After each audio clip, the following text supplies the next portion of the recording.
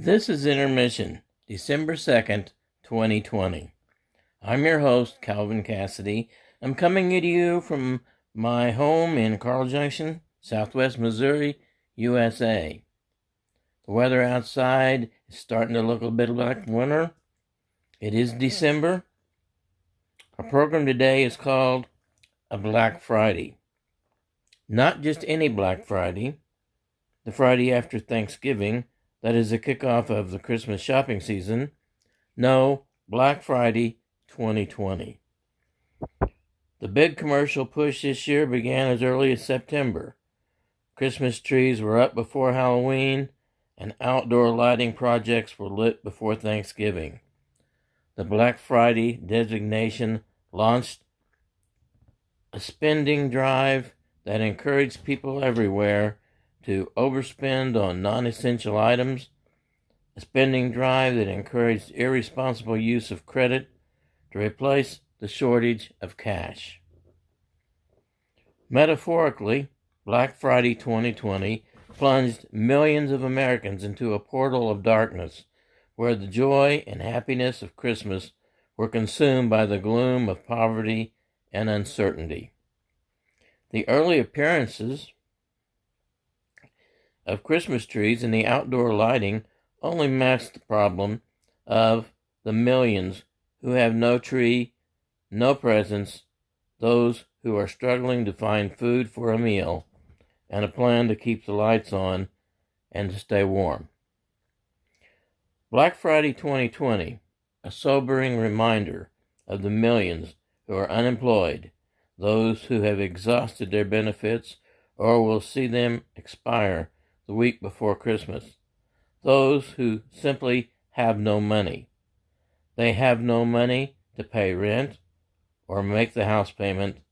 They are aware that the moratorium on evictions expires at the end of the year, and they know without government assistance they will lose their home, eliminating their basic need for shelter. The absence of money makes providing food, clothing, and other basic needs problematic. All this makes the basic needs of security a distant apparition.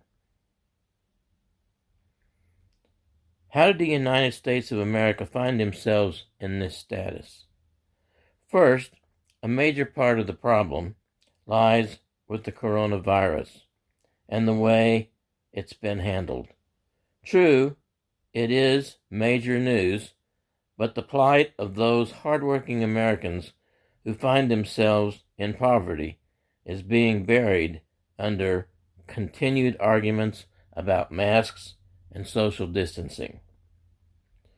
This monumental problem rests under reports by the media that is prioritizing coverage of an election that has been over for weeks and a lack of leadership to drive home a stimulus bill that could help those in need begin to heal.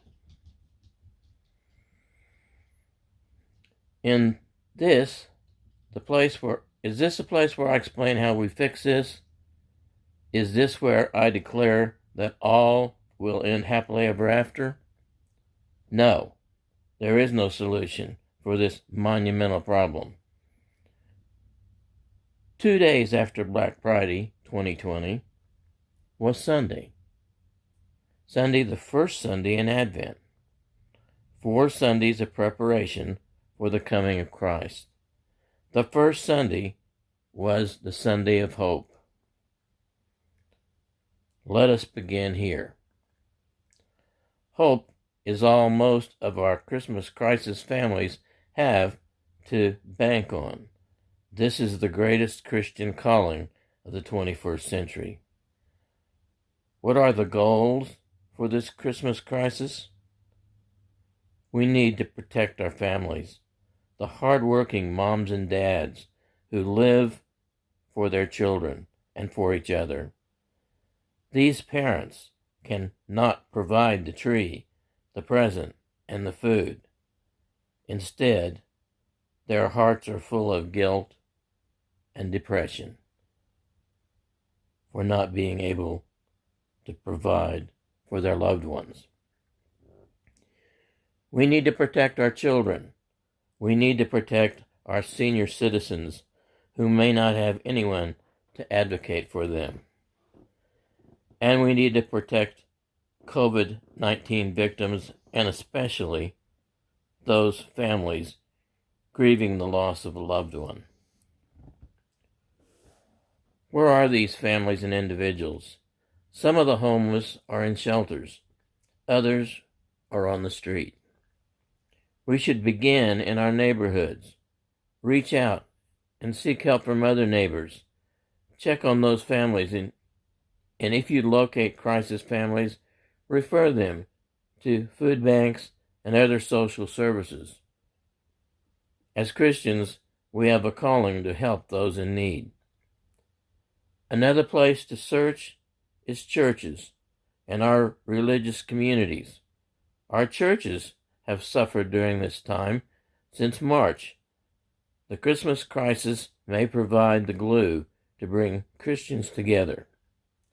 Other organizations, such as the Salvation Army, can point you to families in need. Schools can suggest those in need. What can we do as individuals? Donate to toy drives, knowing that this year that toy may be the most positive thing for a family. Check the Salvation Army's Angel Tree. That can point you to a child in need. Local food banks are constantly in need of food donations. Thrift stores are always in need of donations of clothing and household items. Yesterday was Giving Tuesday. The media, and especially social media, was flooded with choices of worthwhile nonprofits.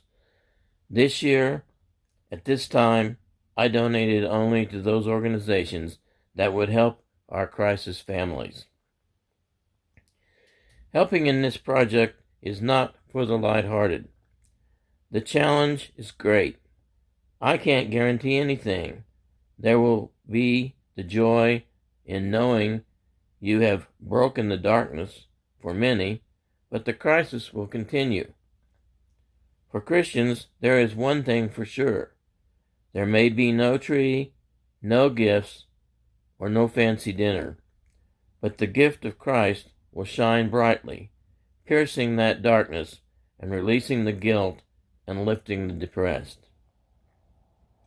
More on how to get involved locally in the third segment of today's program. Now, let's look at the calendar. December 3rd is a day of people with disabilities. December 4th would have been my mom's 89th birthday. And it's also National Cookie Day. December 5th, National Candle Day.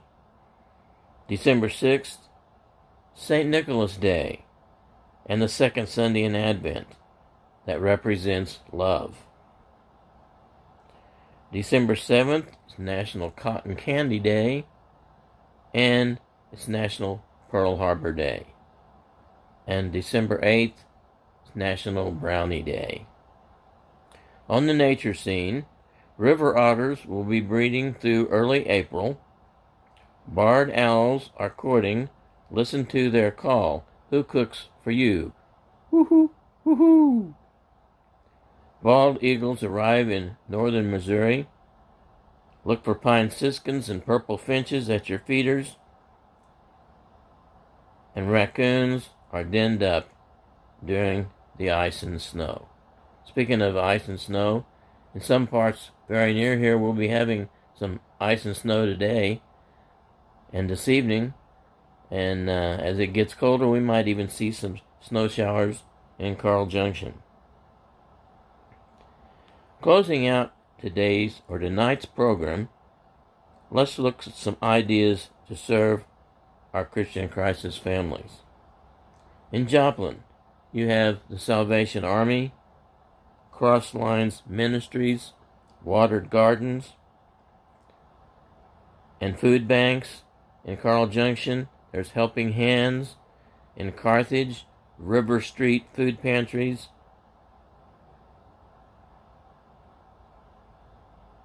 In Neosho, the Help Center, the Ozark Food Harvest in Springfield, and they also help with many of the local food pantries.